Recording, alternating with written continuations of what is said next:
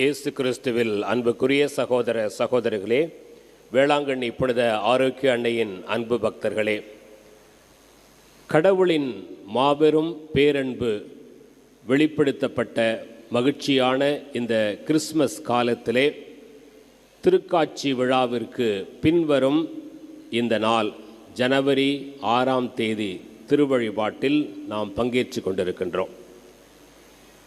ஜனவரி மாதம் 6ஆம் தேதி இந்த நாளுக்கென்று இந்த ஆண்டிலே ஒரு தனிச்சிறப்பு உண்டு. 2 காரணங்கள். முதலாவதாக, ஜனவரி மாதம் 6ஆம் தேதி திருச்சபையின் மரபுபடி திருக்காட்சி விழாவாக கொண்டாடப்படுகிறது. இருந்தாலும் பல்வேறு காரணங்களுக்காக ஐரோப்பிய நாடுகளிலே ஜனவரி மாதம் 6ஆம் தேதி திருக்காட்சி விழா என்று கொண்டாடப்படுவதால் இன்றைய தினம் எல்லோருக்கும் பொது விடுமுறை.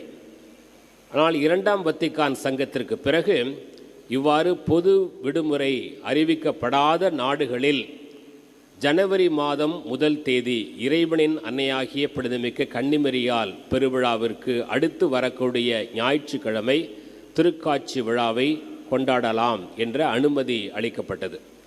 அதன் அடிப்படையில்தான் நமது இந்திய நாட்டிலும் ஜனவரி மாதம் 1 தேதி இறைவனின் அன்னையாகிய புனிதமிக்க கன்னிமரியாளுடைய பெருவிழாவை அடுத்து வரக்கூடிய ஞாயிற்றுக்கிழமை நாம் திருக்காட்சி பெருவிழாவை நாம் கொண்டாடினோம்.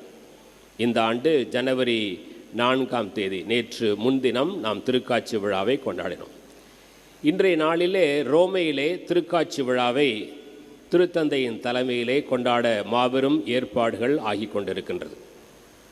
இந்த நாளுக்குரிய 2வது சிறப்பு, கடந்த ஆண்டு முழுவதும் 2025ஆம் ஆண்டு முழுவதும் இயேசு கிறிஸ்துவின் மீட்பின் 2025ஆம் ஜூபிலி ஆண்டாக நாம் கொண்டாடினோம்.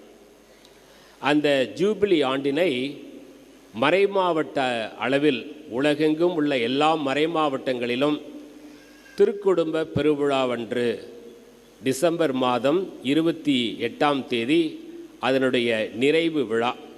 கடந்த ஆண்டு முழுவதும் செய்த செயல்பாடுகள், ஜூபிலிக்காக செய்த செயல்பாடுகளை எல்லாவற்றையும் நிறைவு செய்யக்கூடிய, முழுமை பெறக்கூடிய ஒரு விழாவாக கொண்டாடினோம். இன்றைக்கு அகில உலக திரு அவையிலே திருத்தந்தையின் தலைமையிலே ரோமையில் உள்ள புனித பேதுரு பேராலயத்திலே இந்த ஜூபிலி நிறைவு விழா கொண்டாடப்பட இருக்கின்றது. இன்று காலை 9:30 மணிக்கு கொண்டாடப்பட இருக்கின்றது.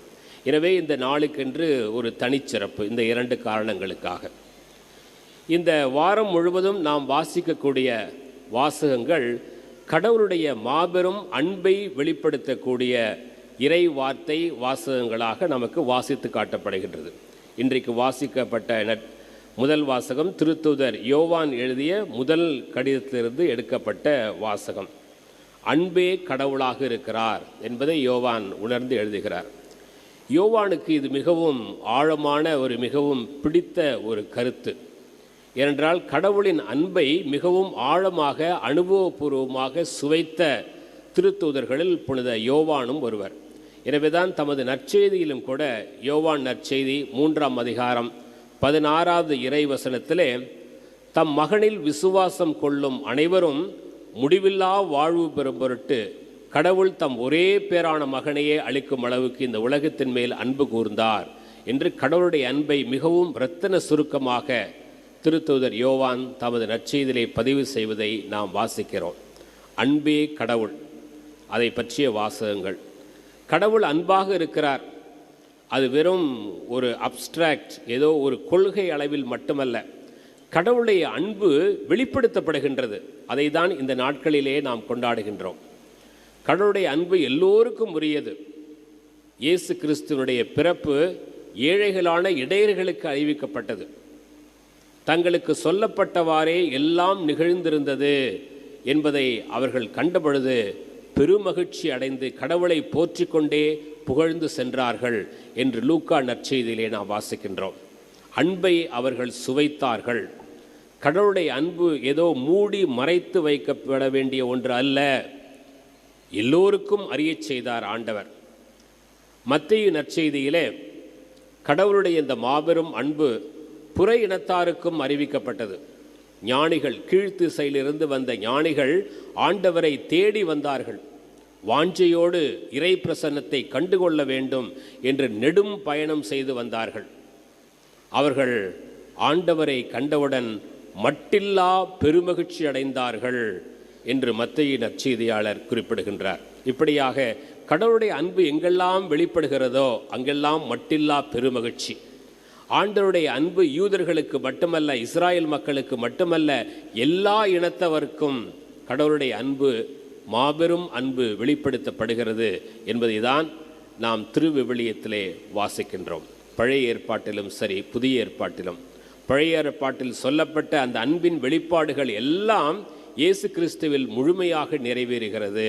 எனவேதான் கடவுளுடைய அன்பு அவரது ஒரே பேரான மகனை இந்த உலகிற்கு அளிக்கும் அளவுக்கு கடவுள் உலகின் மேல் அன்பு கூர்ந்தார் என்று யோவான் எழுதுகிறார். இந்த கடவுளுடைய மாபெரும் அன்பு வெறும் ஒரு கொள்கை அளவில் அல்ல, மாறாக அந்த அன்பு செயலாக்கம் பெறுகிறது.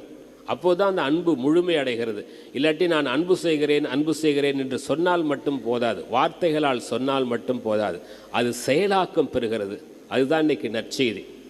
மார்க்கு எழுதிய நற்செய்தியிலே நாம் வாசிக்க கேட்ட அந்த பகுதி, இயேசுனுடைய சீடர்களுக்கு ஆண்டவர் அதிகாரத்தை கொடுத்து அனுப்புகிறார். எல்லா இடங்களுக்கும் போங்க, நற்செய்தியை அறிவியுங்கள், எளியோருக்கு நற்செய்தி, சிறைப்பட்டோருக்கு விடுதலை, நோயாளர்களுக்கு நற்சுகம், ஆண்டவருடைய அருள் தரும் ஆண்டினை அறிவியுங்கள் என்று சொல்லி அவர்களுக்கு அதிகாரத்தை கொடுத்து அனுப்புகிறார். நோய்களை நீக்கவும், பேய்களை ஓட்டவும், நற்செய்தி அறிவிக்கவும் அதிகாரத்தை கொடுத்து அனுப்புகிறார். வல்லமையை கொடுத்து அனுப்புகிறார். அவர்களும் செல்லுகிறார்கள். மார்க்கு நற்செய்தி 6ஆம் அதிகாரத்திலே அந்த சூழலை நாம் பார்த்து படித்து புரிந்து கொள்ள வேண்டும். எல்லா இடத்திற்கும் போகிறாங்க. அவங்களுக்கு ரொம்ப ஆச்சரியம். சாதாரண மக்கள், எளிய மக்கள் ஆகிய திருத்தூதர்கள், அவர்களை ஆண்டவர் தேர்ந்தெடுத்து அவர்களுக்கு தமது வல்லமையை பகிர்ந்து கொடுத்து எல்லா இடங்களுக்கும் அனுப்புகிறார். அவங்க எங்கெங்கெல்லாம் போகிறாங்களோ எல்லா இடத்துலையும் நோயாளர்கள் சுகம் பெறுகிறார்கள்.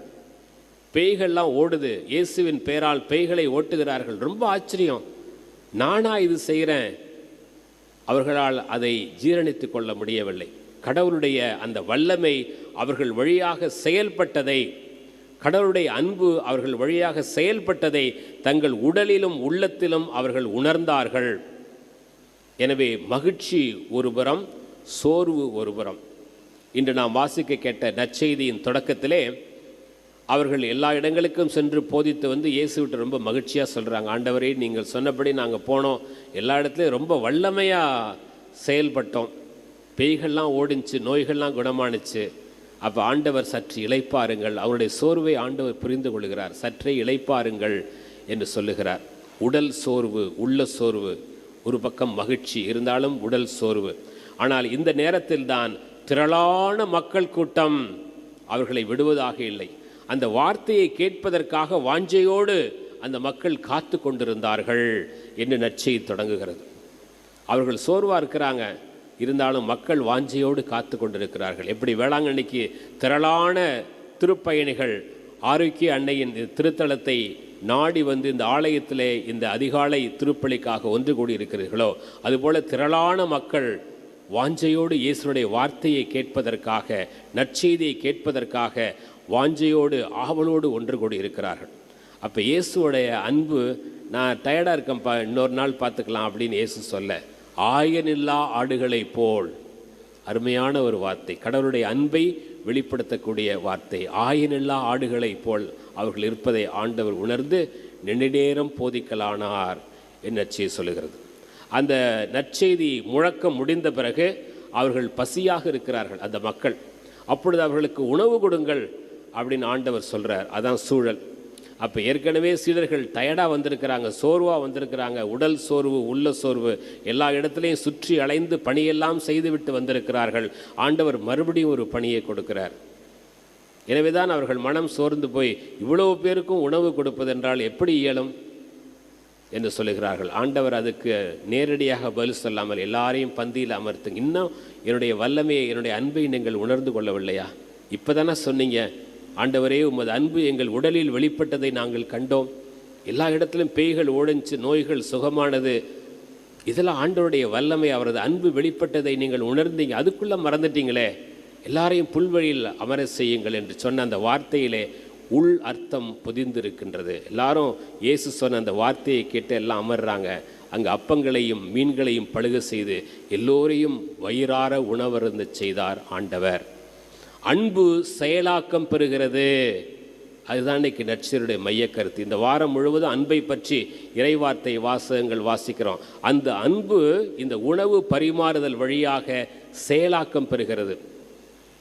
நாம் ஒரு குடும்பத்தில் ஒரு முக்கியமான நிகழ்வு என்றால் உறவுகள், நண்பர்கள் எல்லாரையும் கூப்பிட்டு அவங்களுக்கு நாம் உணவு கொடுக்குறோம். ஒரு திருமணம் எடுத்துக்காட்டாக, திருமணம் என்றால் திருமணத்துக்கு வந்துட்டு மொய் எழுதிட்டு போங்கன்னு யாரும் சொல்கிறதில்லை. எல்லாருக்கும் சாப்பாடு போடுறோம். ஏன்னா அந்த மகிழ்ச்சியை பகிர்ந்து கொள்கிறோம், அன்பை பகிர்ந்து கொள்கிறோம். வேளாங்கண்ணியில் எல்லா திருப்பயணிகளுக்கும் இலவசமாக உணவு கொடுக்கப்படுகின்றது. அன்னை தரும் அன்றாட உணவு, திருப்பயணிகளுக்கான அன்றாட உணவு கொடுக்கப்படுகிறது, எளிய உணவு. இதெல்லாம் அன்பு செயலாக்கம் பெறுவதற்கான அடையாளங்கள். ஏழைகள் மட்டில் அக்கறை, இதைதான் நமது திருத்தந்தை போப் லியோ அவர்கள் எழுதிய முதல் திருத்தூது மடல், அப்பாஸ்டாலிக் எக்ஸார்டேஷன் திலக்ஸி தே என்று சொல்லக்கூடிய அந்த திருமடல், தமிழில் நான் உன்மீது அன்பு செலுத்தி வருகிறேன், திருவழிபாடு நூல் 3ஆம் அதிகாரம் 9வது இறை வார்த்தை மையமாக வைத்து எழுதப்பட்ட ஒரு திருமடல். அந்த திருமடலிலே இந்த அன்பு செயலாக்கம் பெறுவதை பற்றி தான் திருத்தந்தை முழுமையாக எழுதுகிறார். நமது முன்னாள் திருத்தந்தை போப் பிரான்சிஸ் அவர்கள் தொடங்கிய அந்த கருத்தினை இவர் சற்று விளக்கமாக விரிவாக தனது திருமடலிலே எழுதுவதாக அதை பற்றிய குறிப்பு நமக்கு சொல்லுகிறது. அந்த திருமடலிலே ஏழைகள் மட்டில் நாம் கொண்டிருக்கக்கூடிய அக்கறையானது ஏதோ ஒரு நாள் 2 உதவி செய்கிறோம் அப்படின்னு கிடையாது. இது நமது அடையாளமாக இருக்கிறது. ஏழைகளுக்கு உதவி செய்யவில்லை என்றால் கிறிஸ்தவன் என்கின்ற அடையாளத்தை நாம் இழந்து விடுகிறோம். ஆலயத்திற்கு வழிபடுகின்றோம், கடவுளுடைய அன்பை இந்த நற்கருணை அருட்சாதனத்திலே திருப்பலியிலே கொண்டாடுகின்றோம்.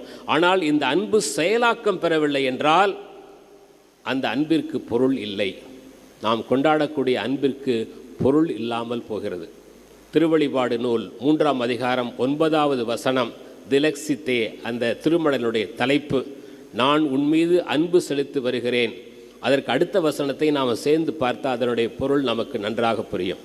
நான் உன்மீது அன்பு செலுத்தி வருகிறேன் என்பதை அறிய செய்வேன். கடவுள் சொல்றாருங்க, நான் உன்மீது அன்பு செலுத்தி வருகிறேன் என்பதை நான் அறிய செய்வேன். கடவுள் நம்மை அன்பு செய்கிறார் என்பது தெரியாதா நமக்கு? கடவுள் அன்பாயிருக்கிறார். அதுதான் யோவான் நற்செய்தி இன்றைக்கு முதல் வாசகம். கடவுள் அன்பானவர். ஆனால் கடவுள் என்ன சொல்கிறாரு? நான் அன்பு செய்கிறேன் என்பதை உங்களுக்கு அறிய செய்வேன். அப்போ கடவுளே அறிய செய்கிறார் அப்படின்னாக்க நாம் மற்றவர்கள் மேல் அன்பு கொண்டிருக்கிறோம் என்றால் நாம் அறிய செய்ய வேண்டாமா? நமது அன்பை அறிய செய்ய வேண்டும், செயலாக்கம் பெற வேண்டும். அன்பு உள்ளத்தில் மட்டும் இருந்தால் போதாது, அது செயல் வடிவம் பெற வேண்டும். எனவே தான் இந்த மாதம் முழுவதும் 2026ஆம் ஆண்டு புதிய ஆண்டை ஆண்டவர் நம்ம கொடையாக கொடுத்திருக்கிறார். ஆண்டவருக்கு நாம் நன்றி சொல்லுவோம். இந்த மாதம் முழுவதும் அன்பிய மாதமாக தமிழக ஆயர் பேரவை அறிவித்திருக்கின்றது. ஒவ்வொரு வாரமும் ஒரு தலைப்பு. இந்த முதல் வாரம் அன்பே கடவுள், கடவுளுடைய அன்பை பற்றி சிந்திக்கக்கூடிய ஒரு வாரம். வாசகங்களும் அதே போல கடவுளுடைய அன்பை நமக்கு வெளிப்படுத்துகின்றது. எனவே அன்பை வெளிப்படுத்துகின்ற, அன்பை போற்றுகின்ற இந்த நாட்களிலே அன்புக்கு நாம் செயலாக்கம் கொடுக்க வேண்டும்.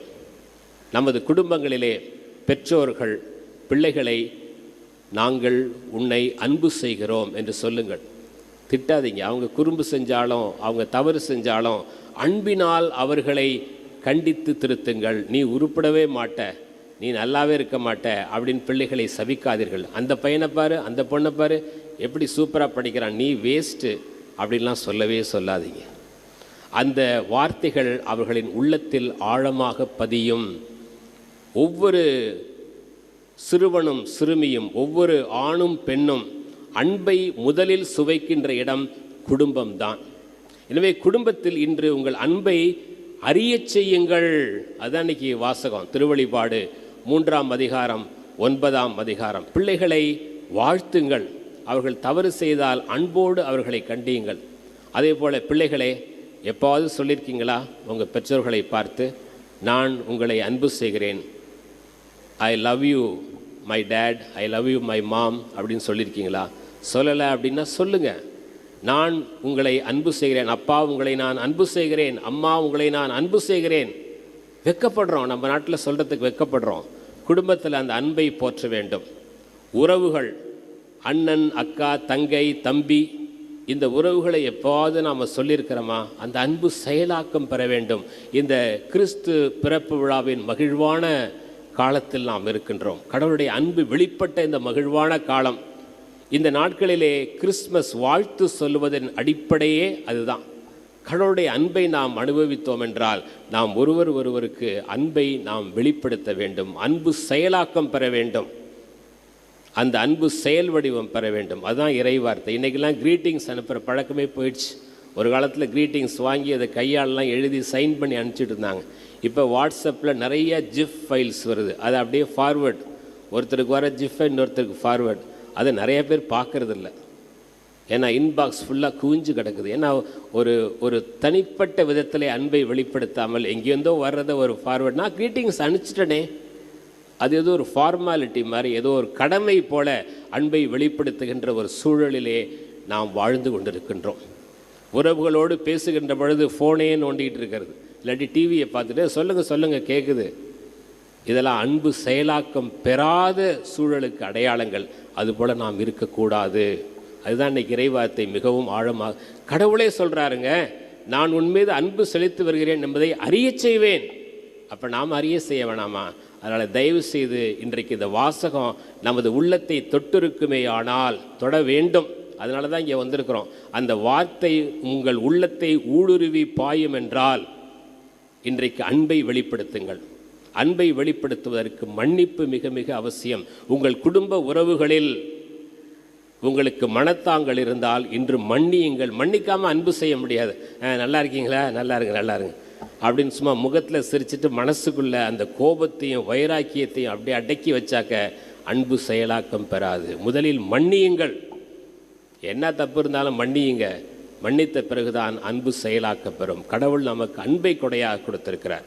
ஒரு முறை ஒரு அரசன் ஒருவன் அரண்மனையிலே ஏழைகளுக்காக விருந்து ஏற்பாடு செய்தான்.